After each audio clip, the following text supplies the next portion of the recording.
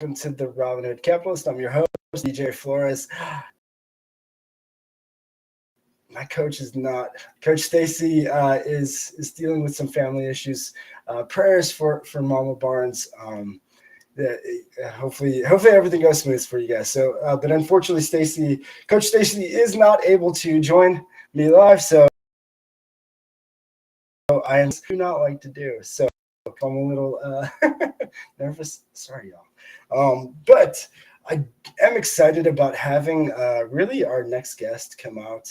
When we connected, so it's funny, I started really enjoying his content about a year and a half ago, when I really started to connect with people and kind of use LinkedIn for finding guests for the first show, Sales Chatter Live, which he is in the logistics background. And so that's where our paths kind of crossed. But we never really connected. But then he had reached out, or I don't know how we connected, the end of last year, started to chat a little bit. He told me what he was doing. And I said, man, I think you would be a great guest to have on. First off, your story is amazing. What you've been able to kind of overcome adversity as a business owner. Anybody who's a founder, business owner of any sort, that lonely road. And so I think his story, again, where we talked about last week, and how me and Coach really wanted to help you stay motivated of hitting your goals. January is up. It's okay. We're into February. But like his video kind of shares, and I actually just talked with him backstage before I bring him out. But I said, Nick, did you make this video on purpose? Like, did you know that we about kind of resetting goals? Because his video is funny. If you didn't see it today, treat for y'all.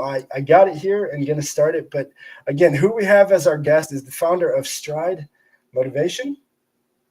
Come on, screen.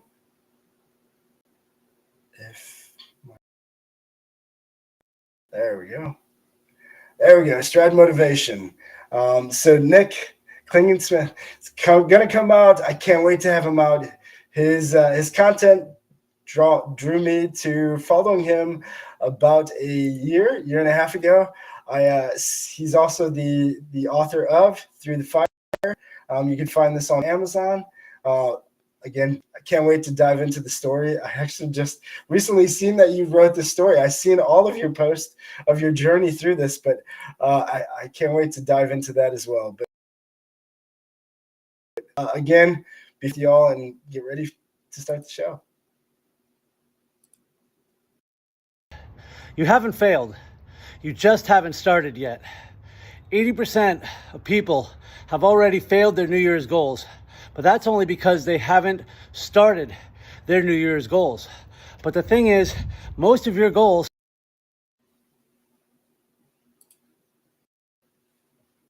you get one heartbeat song. Take it seriously. This is your masterpiece. Don't forget to dream and taste the colors in the air you breathe. It's your masterpiece. Go ahead and feel it all. Don't stop till it is beautiful.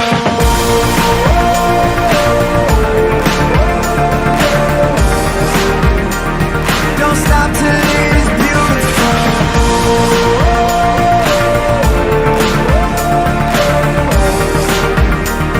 Don't stop till it is beautiful.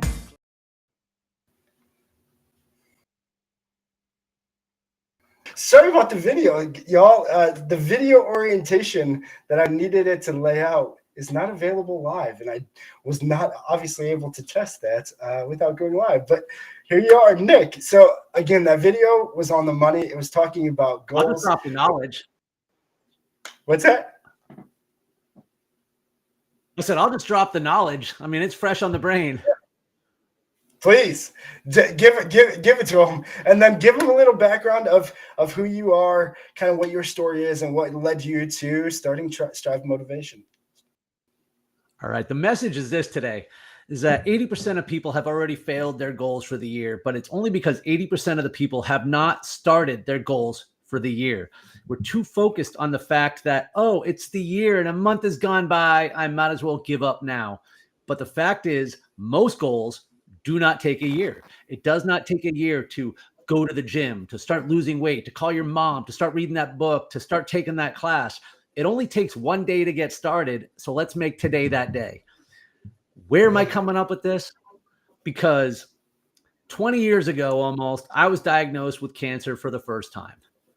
And in the last 19 years, I've had cancer 4 times. I'm a type 1 diabetic. I'm a recovering alcoholic. I have 7 herniated discs from 2 different rollover fatality car accidents. I was in a motorcycle accident. I had meningitis. I have sleep apnea, nerve damage. I'm forgetting something. Occasional attitude problem.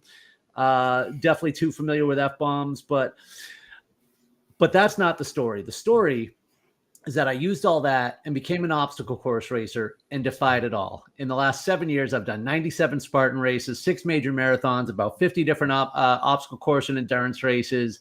Throughout that process, I've raised over $25,000 for charity, published a book, and now I'm spending all my time in my life trying to pass on this message of encouragement, inspiration, and hope that the same way I will not be defied by my adversity, but rather my triumph over it. And I want that to be the story.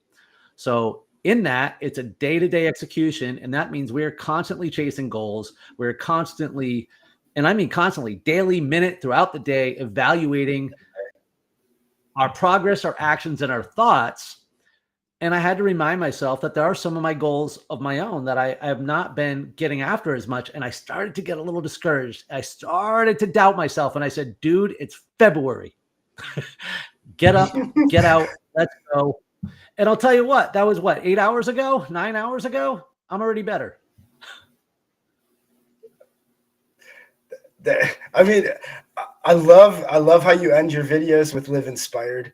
I think that is more of what we need to do. Is there has to be something that's driving us. Now obviously sales and your athletic background, all of that, and even the competitions now. But I know you're gonna nail this, because I heard you say this in the video before this, but it's a big thing that I live by. And this game of life, like to me, this is a game. This is really a game. Like Dr. Wayne Dyer likes to say, we're spiritual beings having a human experience. And so this is just a game. This meat suit, this character is just this avatar that I get to build, and it has certain levels that I could go with it. But obviously it has certain limitations too. I'm 5'0", so I can't be like a pro basketball player or something like that. So there are certain roads but there are also paths that we know. And so I know you're big on discipline, you're big on purpose. And I think those are 2 things I've heard you say a lot. And with goals, that was one of the things that would stop me is you get defeated by that one bad day. Oh no, I started a diet and now I cheated this one day. Well, diet's over, give up, and you just give up.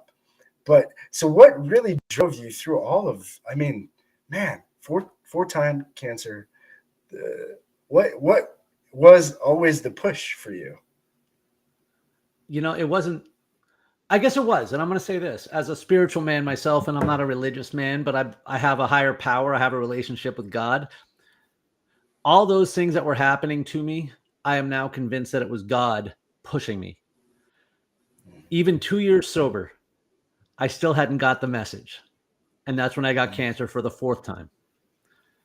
I remember when I was in my car accident in 1998, I was in a Jeep Wrangler, an 87 Jeep Wrangler. And I mentioned that. And the reason that's important is because when I got hit, the whole car just basically folded backwards, like the seats folded backwards. So when I lost control of the vehicle and flipped it end to end, I shot out the rear window about 30 yards. Yeah, no, it was nuts. I mean, we're pulling over the side of the highway, running to the vehicle, and they're like, "The hell did he go?" I'm like, "I'm over here," and because I got up, but I was only about 19 years old, and I was in college, and of course they took me to the ER, and ambulance came, and for all intents and purposes, I mean, I got 2 herniated discs from that car accident. And I got some cuts and bruises. There's still a little glass in my arm 25 years later, but a woman who was working there walked up to me, and I just remember her saying this because I was the rollover guy. People were coming from all over the hospital to see me. I should not have lived through that. And they're like, "Oh my God, the rollover guy," which of course you don't think anything of it. I'm just in shock still. And she goes, "You're meant for greater things." And that had never occurred to me before. And I kept that memory, but I don't think it was enough for me yet. And really, that's where I just had to go through and go through and go through, because to be honest, I didn't have the attitude that I had now. I was a victim. I was pissed off about it. I was the angry, gritty, pissed off guy. And as we talk about sales, that anger, that resentment was a fuel for me. When I became good at sales was when I got betrayed by a girl. And that was it, because no rejection mattered. The attitudes, nothing mattered. It just became so minimal to me that my emotion was just so much about rage and anger that I had, the confidence, if you will, at the time, we'll say arrogance. And for a long time, that worked for me until it becomes a poison and you need something else. And that's really where I found myself a little over 7 years ago, when I was sitting in my office back when I was with Blue Grace, and my boss walked into my office and he goes, "Nick, I want you to do a Spartan race with me." I looked at him and no, fuck no. A 10-mile trail run with obstacles and to train for this? You're out of your mind. I had no intention of being that uncomfortable. But that's when it occurred to me that night. Here I was, 2 years sober, been promoted at work. I had just decisively beaten cancer for the 4th time. I was in a great relationship with a woman that's my now wife, and I was lost. Something was empty. Something was missing. And so I had to take him up on that challenge because I needed something. I didn't know what it was. I had no idea the adventure I would be going on. I had no idea that it would be, hundreds of races later. But what I found through that process and what I discovered that night is that I was a victim. I had not overcome anything. I had not overcome my adversity. I had merely survived it. I had been a victim to it and had been hostage and prisoner and was just hanging on by a thread. And all of a sudden, as I started doing these races and I started picking up new habits, and that's the big part about the habits that go into it, because obstacle course racing is not a hobby for me. It's a lifestyle. And that lifestyle affects every aspect of my life, from physical discipline and consistency and planning and diet and exercise and sleep and wellness. But you got to work on mental health, and I need money for all this. So, prioritization, and you just really have to become intentional with your time. But about 7 months after I had been doing it, people just started to react to me differently. And I really got to see a new me in a reflection from other people. And I liked what I saw, and I liked how I felt about myself. And I really felt like that new kid at college with just a world in front of them and you can do whatever you want. And then about 7 months in, I got hit by another car. I was in another Jeep, only this time the other car was the one that did the rolling over. I was still badly injured. I got several more herniated discs from it. I got nerve damage from it. And I had to spend the next 2 months back in that limbo. That same day, my cat died. A couple days later, the woman who hit me died. And even though all I was doing was sitting at a red light, it doesn't matter. The last thing that she knew in her life was she met me and died. So of course, that's something that you carry with you. And all this stuff was suddenly being taken away from me. And it was in that moment that I decided I am not going to be a victim anymore. I said, no, I am going to defy everything that has held me back. And the greatest thing that has ever held me back is the 2 inches of real estate right here. And that's when I decided that there literally is nothing that is going to stand in my way. I will defy everything. To your point, it's like a game, because like a rebellious teenager, I will overcome it. And that's been the attitude that I have been able to kind of carry with me and then develop over the last couple of years. So what really just started off as a defiance has ultimately become, I don't want to call it unbreakable resilience, because I feel like I'm tempting the gods a little bit too much there, but you know what? Bring it. You know what, though? I think you nailed so much, and I can't wait to really amazing shorts from that. But you touched on some things, and really that I want to go back to. So first, this game is you versus you. It really is just you versus you. And you talked about that with even the Spartan race. You know, there is no actual, in a lot of those races, there is no first place. There's really not, because it's almost like it's you against you and your time and stuff like that, and in that world.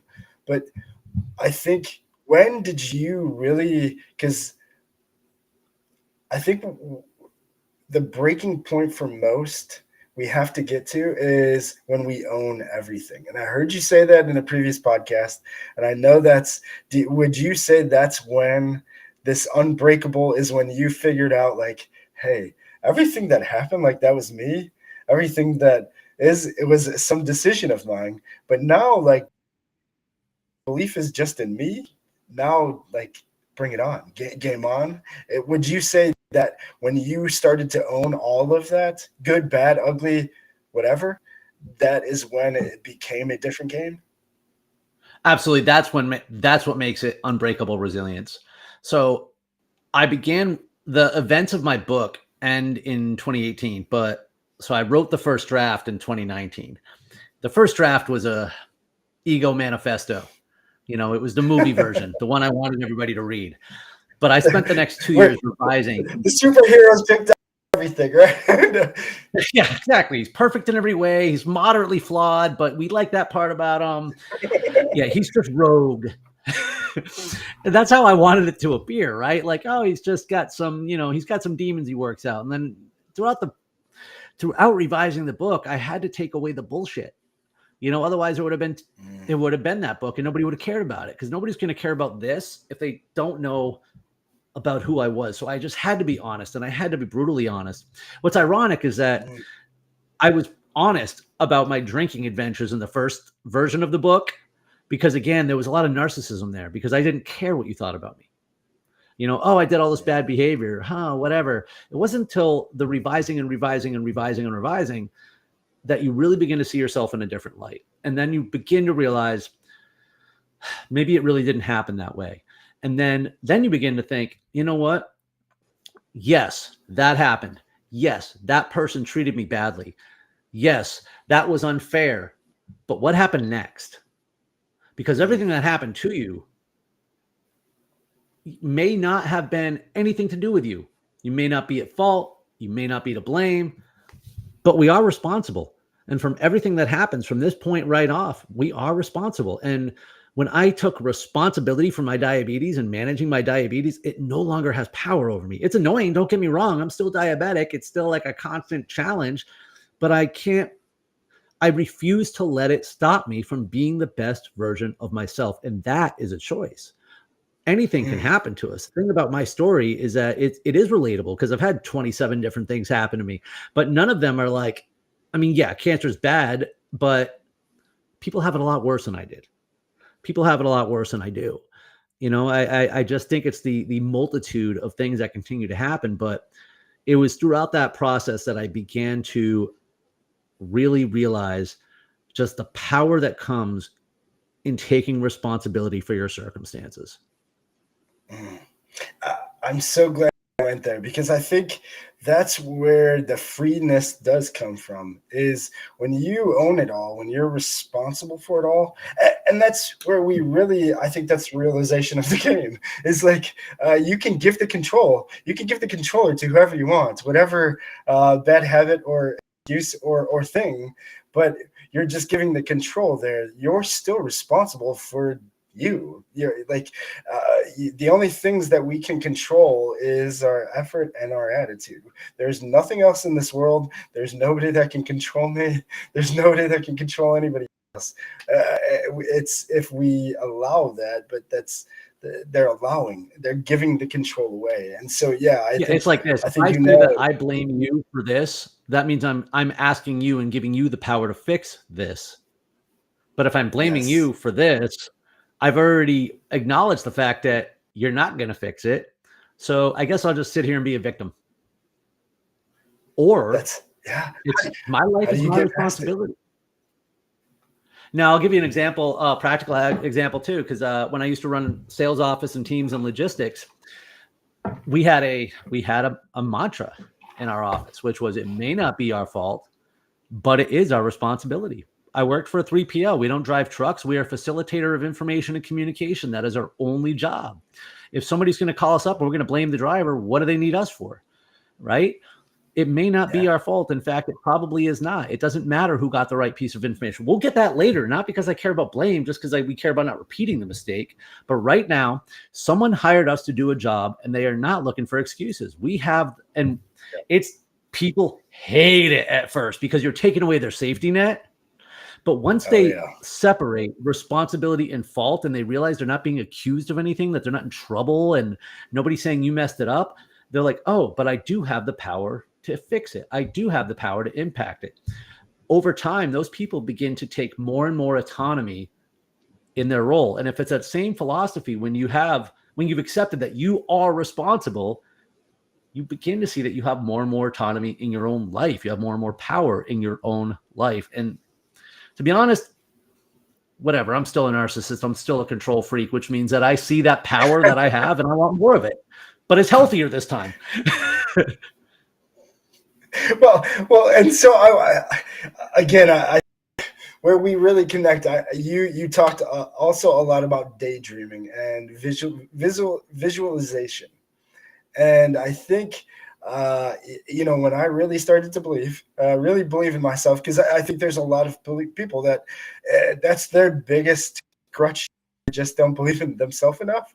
And they think, well, that person could do it because of this, or that person could do it because, well, they had this, and this. And if they could do it, they're human just like me. Like, well, I can do it too. Yes. And so there's just certain skills, something that you need to add there.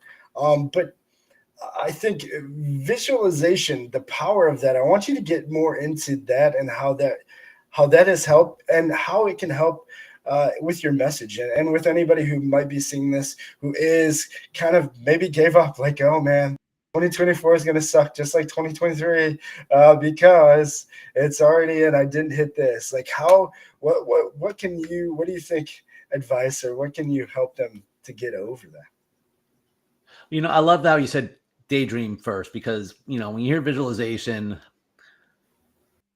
if they don't know any better, it's not enough, or it's too hard for them. Or when I was like 22, I worked for a telecom company and I was in a tremendous amount of debt, and I was probably making like 45 a year with my commissions, and I just didn't see a way out.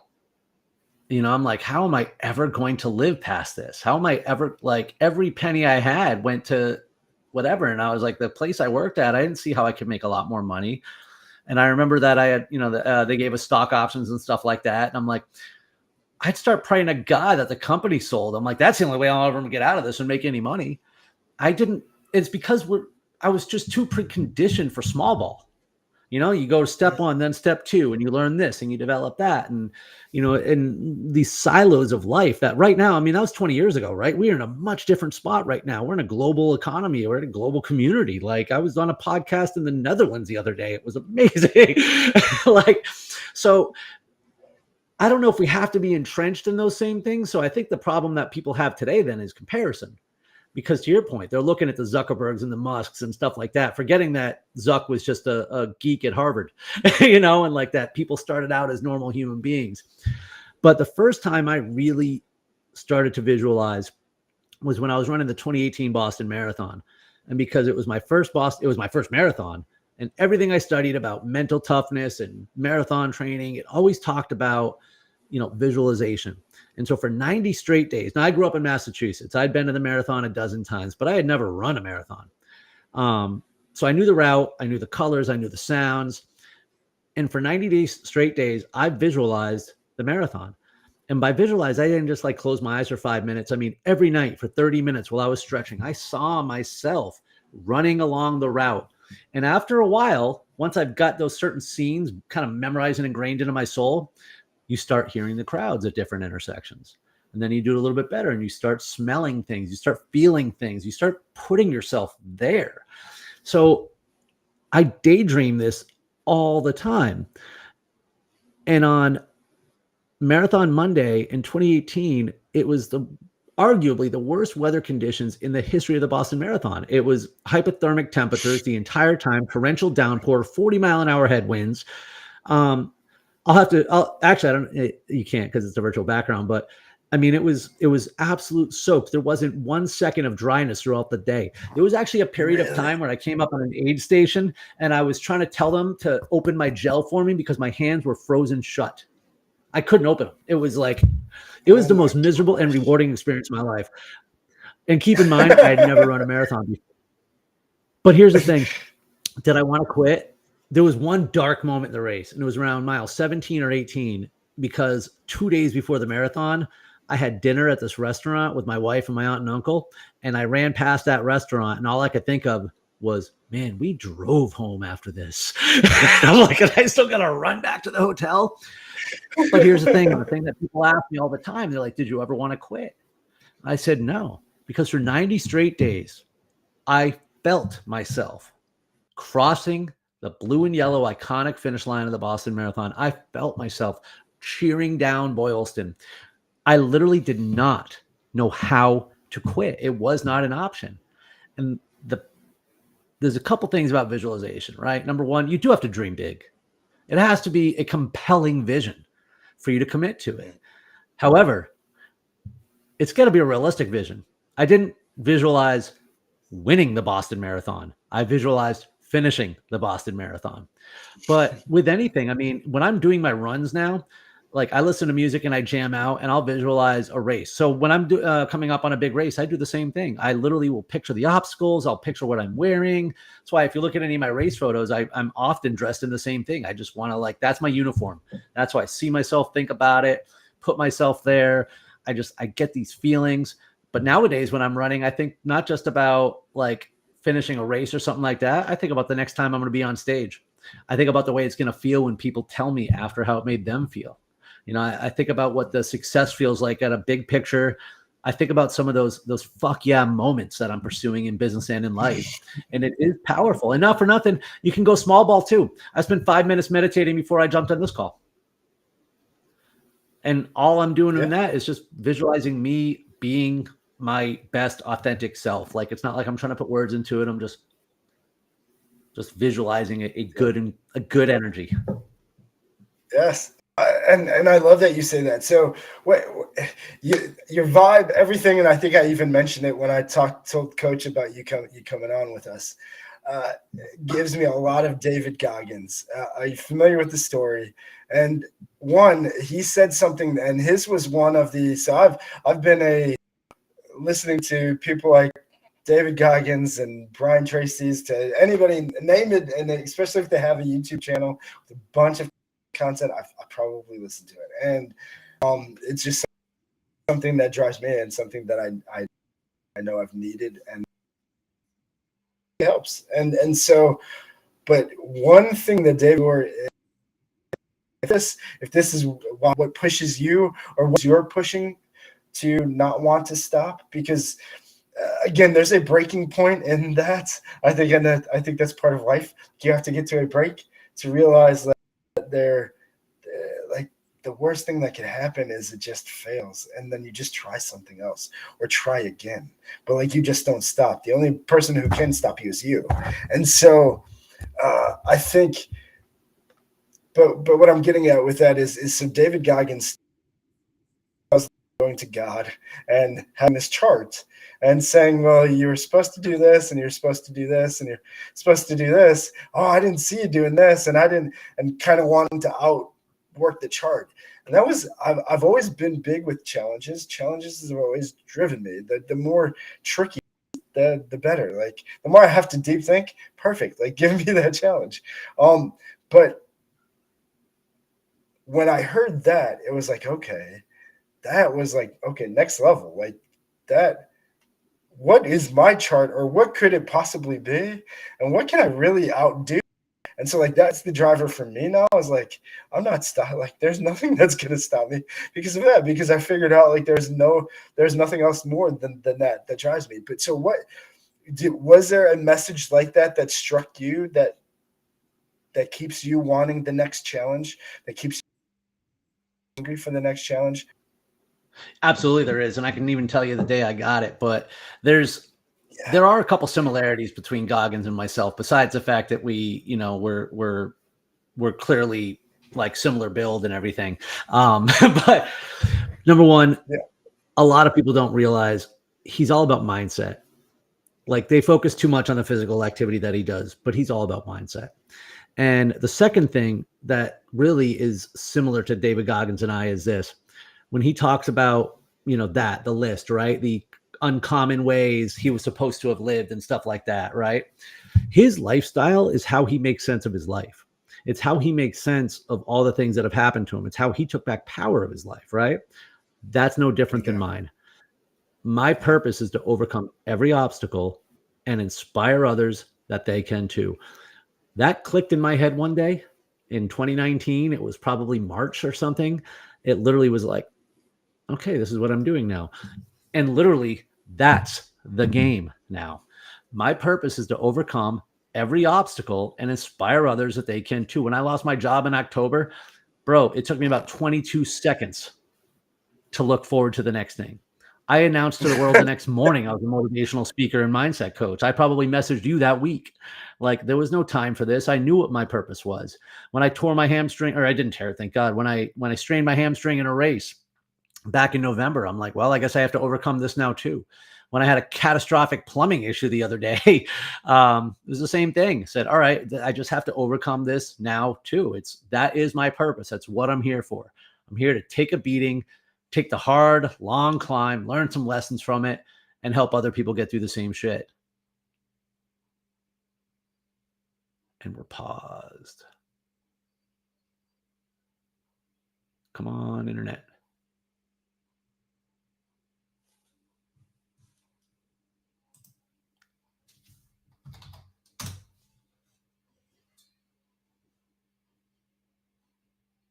Shit.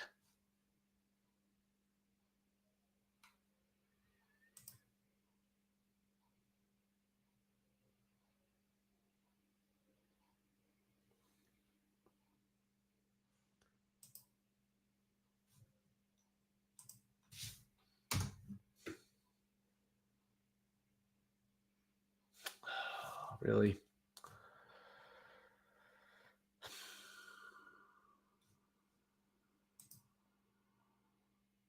We're back. You got me? Are we back? Literally, my whole screen just went completely blank. Although now my picture looks super clear. So I don't know really what happened, but it just I didn't know if I was in the show or not. So I'm like, no. And hey, y'all, sorry about that, but this is live. This is real. And clearly, there's just, something. We just got to overcome this obstacle and then help others do it too. That's it. We're showing you a real, live, raw, overcoming adversity with clear technology right now. But back to again what you were saying, because I want to go back to that. What was that moment that was that defining moment in 2019? So, you talk about YouTube and stuff like that a little bit ago. So my warm-up routine in the morning, I am on YouTube. That's and I'm either watching videos on how to rehab whatever I most recently injured, or it's just positivity and motivational stuff. And, I had heard something and it just clicked to me. And I don't remember the exact line. It was something like help others, or be your best and help others be their best. And, I'm a recovering alcoholic. Like what keeps me sober is helping other people get sober and stay sober. I have just found so much value in my life on helping others in every single aspect. If you're in a rut, go help somebody. If you're stuck in your head, go help somebody else. Like you're having a bad day, go help somebody. That's it. I don't think there's any other purpose for us being on this planet but to help other people. Otherwise, we're just takers. And I'm like, you know what? It makes me feel good. Who cares if it's self-serving if it helps people? Why else would I have gone through all the shit that I went through? Why am I still here? Because that was a question I've been asking for 20 years since that first car accident. Why am I still here? Why not me? Like when I got cancer, it was, why didn't I die? When I got it the second time, I was really mad. I'm like, why aren't I dead? The third time I was too drunk to care. And the fourth time I literally was begging God to take me because I have had enough. Why am I still here if I'm not going to do something with it? And I'm like, you know what? There is a purpose. The other line was this, and it was what I read Lance Armstrong's It's Not About the Bike. And I don't care what anybody thinks about him as an athlete. It's still a great book, and there's still a lot of good stuff in there. But the part I took from me is he was like, I was just meant for a long, hard climb. And I'm like, the moment I accepted that on my own, I said, you know what? I'm going to stop asking when it's going to stop, because, and I was just warming up that morning and I go, it's what I'm here for. That's why I'm here. I am here because I am meant for a long, hard climb. But the fact is I climb mountains and the views from the top are worth living for. So it all came on to me. And I was like, my purpose is to overcome every obstacle and inspire others that they can too. And it is like a fucking game to me now. I look at everything like that. And again, is it self-serving? Sure. Who cares though? Like, it helps me get through my days. It helps me get through all dark times. We were talking about business and entrepreneurship. Isn't it all blank space? There's no roadmap. I don't think anybody has a crystal ball, right? How do you get through that blank space? You know, I'm in a couple groups with other entrepreneurs and speakers and network, like people like that too. And man, thank God I spent 20 years in sales, because there are some people out there, some serious badasses with some skills and messages to deliver, who don't know how to make an introduction. And so they crumble under that blank space. Whereas me, I'm like, here's a pen. Let's draw. Let's see what's out there. Let's have fun. And because there is something too, I did look ahead and I said, what's the worst that can happen? You know, the worst that can happen, I mean, yeah, there's financial ruin, but you know what? I grew up broke. I'll make it back. Yeah. That's it. I can always make money. It is that breaking point to where you said that fourth time of like, why am I still here? I think that's, and you religious, but I think that's where we need people. And I guess part of my secret mission of the whole helping 10,000 families create heaven on earth is, it sounds, once people hear heaven, it's woo woo and it's spiritual. And again, I'm the last person who ever thought that I'd be considered spiritual with my own kind of crazy spiritual journey. But literally, even what you're saying is, I go back to, I'm big on The Chosen right now. I don't know if you've ever seen it or heard of it. Big, like the apostles and stuff during, or his disciples, it's on Prime. And so literally watching it, just obsessed with it. And I go back to that because that's everybody's story. Every single one of his disciples had some difficulty, some challenge. And that's where I think it's either we're facing challenges for good or we're facing challenges for bad, but we're going to face a challenge. Like that's what life is. And it's, so you're either know your purpose and you're chasing something more, or you get stuck in those comfort zones, those dead zones. Here, this was my bad. I show this.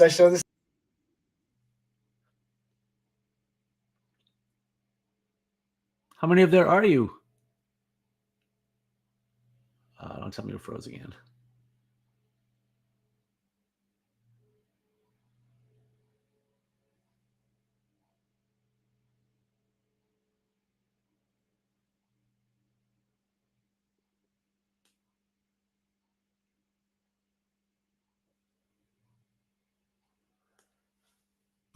Nothing I can do, right? It says I'm in the show, so he will be right back.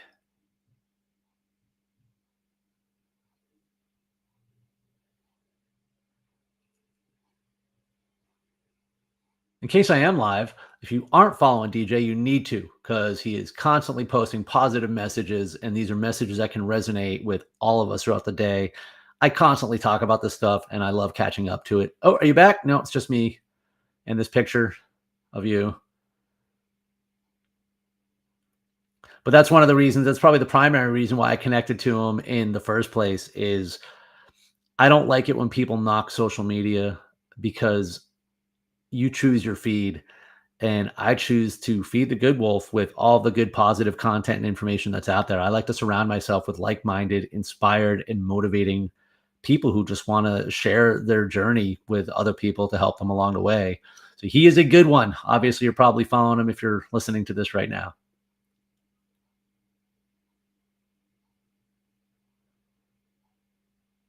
Are you back?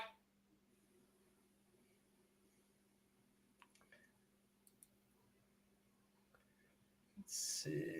Is this I hear you. There you Yes. So again, lost me again.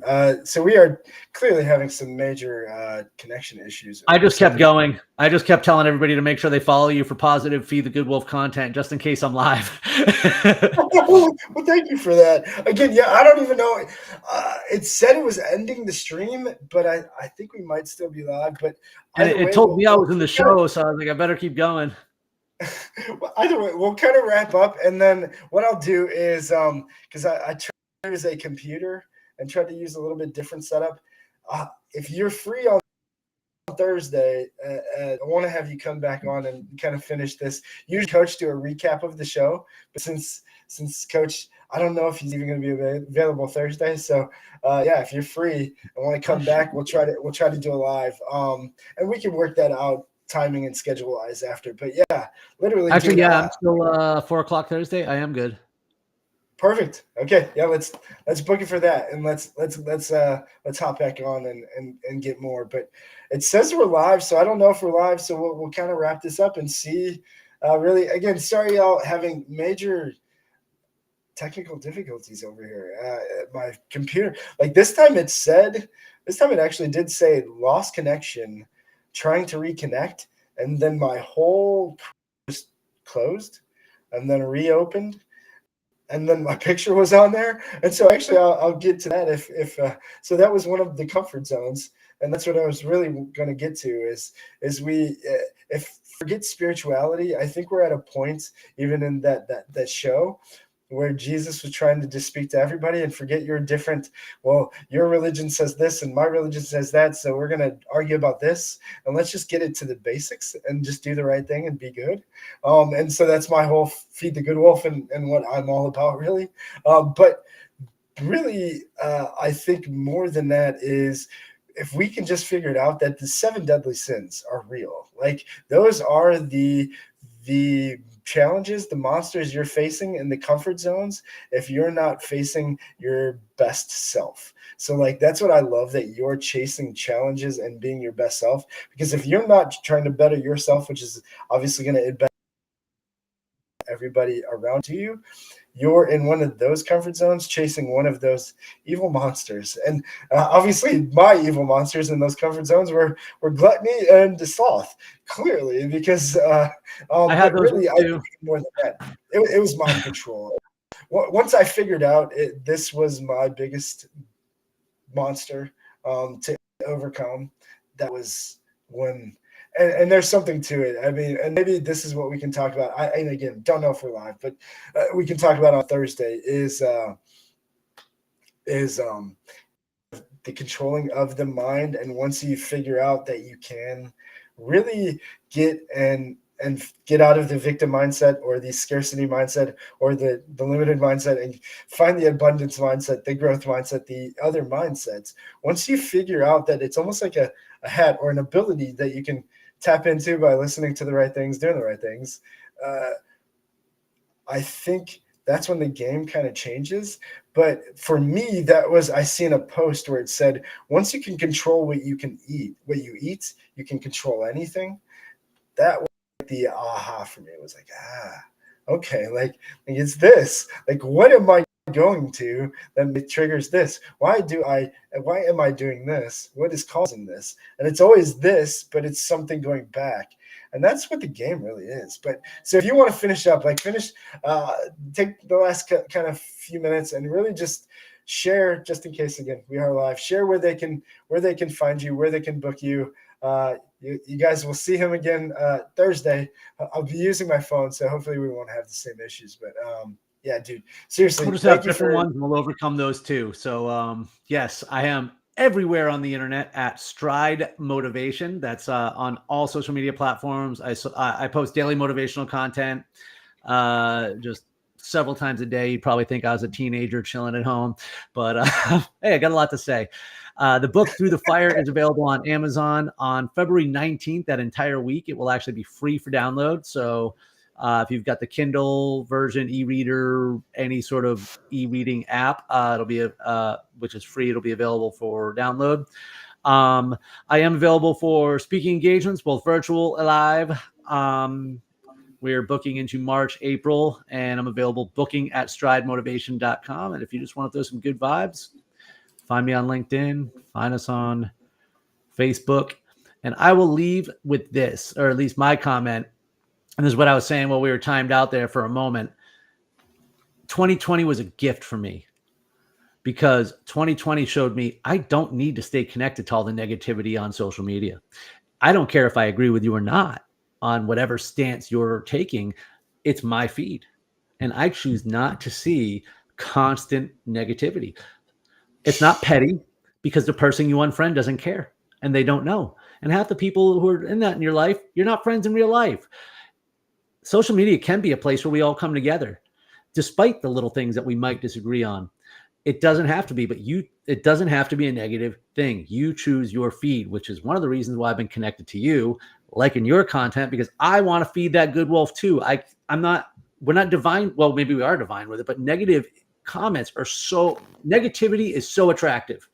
So we have to make decisive action, as you were just talking about, to control our thoughts, control our actions. And the first thing is make those conscious decisions to just surround yourself with good positivity.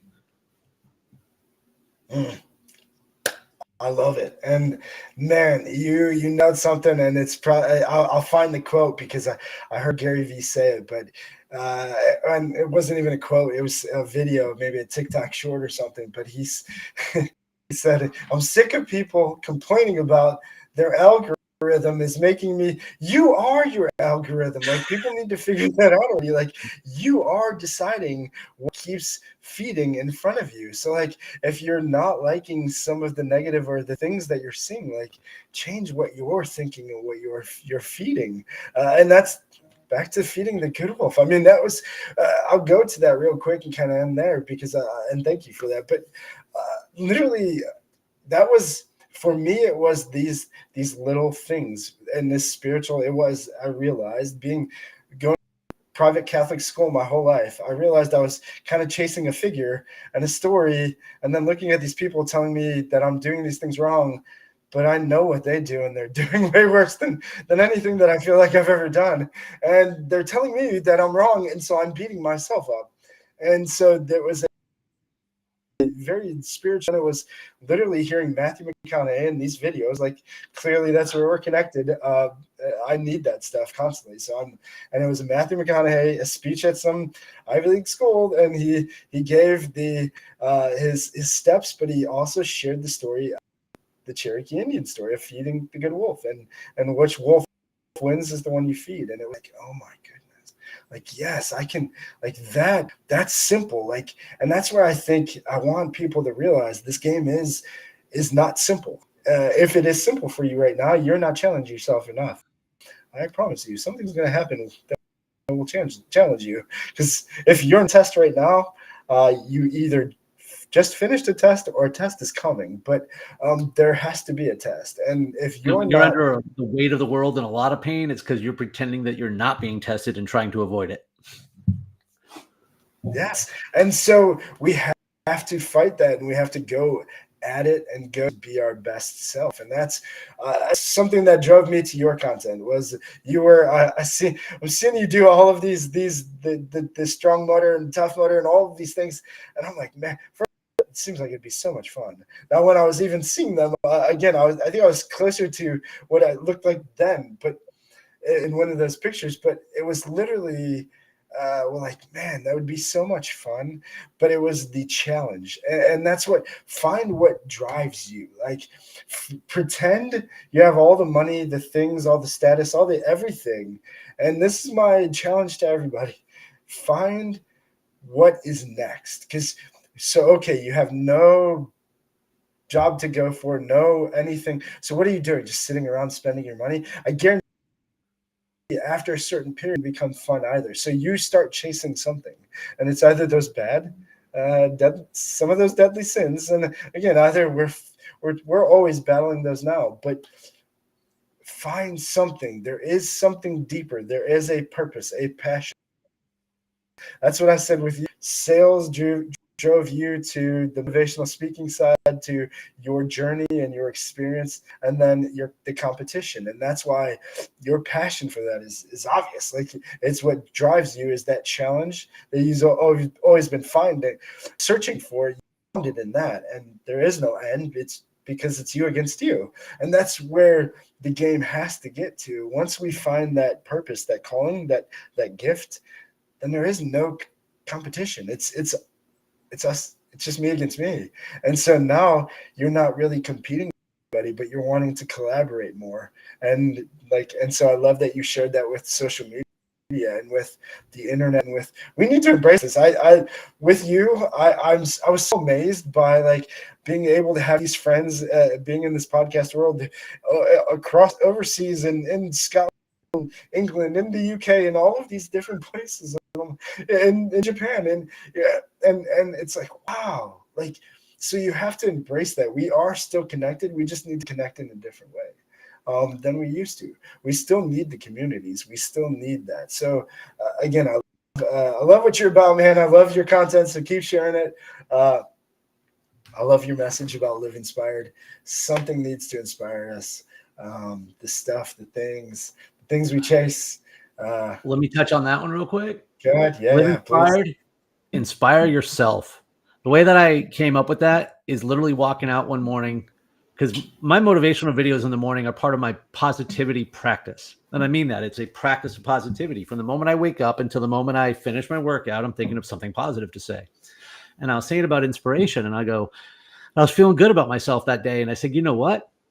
Inspire yourself. Do something inspiring. Challenge yourself. Do anything inspiring. Inspiration is everywhere if you want it. Just do anything you think you can't do.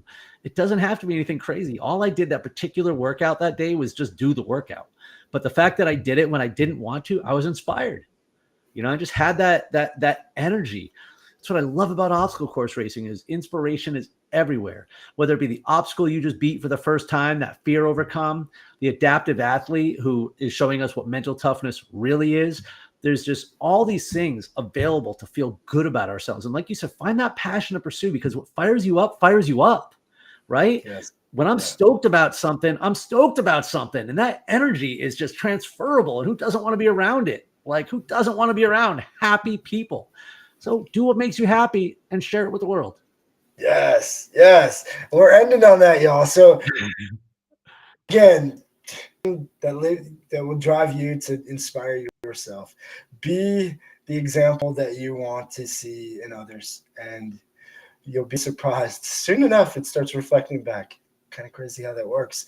But they do say, wherever you go, there you are. So remember that, y'all. But again, until Thursday, I can't wait to catch up and kind of finish this chat. Dude, this was awesome. Thank you again for the content you put out, for your message you're trying to do. If you all want a speaker, you better reach out to Nick. Get him, book him for your next event. And please just live inspired, y'all, and keep feeding the good wolf. Always on the red eye. This time around, it's not even about getting paid. I'm just